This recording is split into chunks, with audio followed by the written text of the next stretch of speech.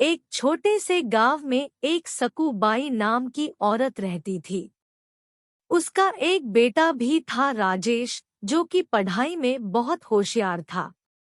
सकूबाई के पति के गुजर जाने के बाद सारी जिम्मेदारियां सकूबाई के कंधों पर आ गई थी। वह किसी के घर बर्तन मांजती तो किसी के घर खाना बनाती थी। उसका बेटा भी उसके साथ ही जाया करता था। वहां बैठे बैठे वह अखबार पढ़ा करता था।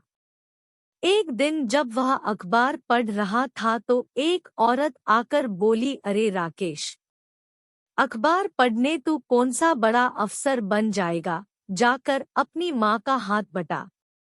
राकेश बोला, मालकिन मैं बड़ा अफसर बनना चाहता हूँ। हम किताबें नहीं खरीद सकते, इसलिए यह अखबार पढ़कर जानकारी प्राप्त कर रहा हूँ। मालकिन जोर जोर से हंसने लग गई। यह देखकर सकूबाई अपने बेटे को लेकर घर चली गई। उसके बाद उसने शादियों में रोटी बनाने का काम शुरू कर दिया। वह सुबह 3 बजे उठकर 15-20 किलो रोटियां बनाती थी और राकेश भी सुबह उठकर अपनी माँ का हाथ बटाता था और फिर पढ़ने बैठ जाता था। एक दिन वहां उनके मकान मालिक आए और बोले, क्या सकूबाई, तुम तो 3 बजे ही सुबह उठ जाती हो और बिजली जला लेती हो। या तो बिजली का बिल भरो या यह कमरा छोड़ दो।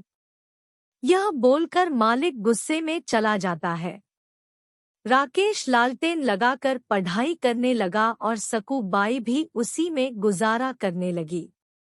ऐसे ही कई सालों तक राकेश पढ़ता रहा और हमेशा अव्वल नंबर लाने लगा। राकेश की लगन देखकर उसके गुरुजी ने उसे दिल्ली जाने के सलाह दी और खर्चा भी खुद उठाने की जिम्मेदारी ली।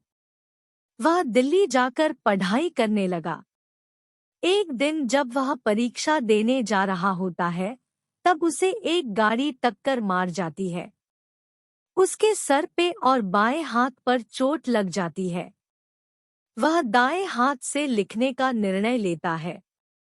वह अपने पूरे साल को बर्बाद होने से बचाकर परीक्षा देने के लिए निकलता है। वहां जाकर उसने परीक्षा दी और फिर बाद में अस्पताल जाकर अपना इलाज कराया। राजेश ने वहां भी अपनी पढ़ाई जारी रखी और इंटरव्यू दिया। इंटरव्यू देने के बाद वह अपने गांव वापस लौट जाता है। थोड़े दिन बाद उसकी मां अखबार खरीद कर लाती है और राकेश को अपना रिजल्ट देखने को कहती है। राकेश खुश होकर बोलता है, मां, मैं पास हो गया, मैं अफसर बन गया। उन दोनों की आंखों में आंसू आने लग गए। दोस्तों, इस कहानी से आपको पता चला होगा कि हमें हमेशा अपना लक्ष्य प्राप्त करने के लिए मेहनत करते रहना चाहिए। दुनिया चाहे हम पर हंसी उड़ाए, लेकिन हमें कभी हिम्मत नहीं हारनी होती है और हमेशा लक्ष्य पर ध्यान देकर जीत हासिल करनी होती है।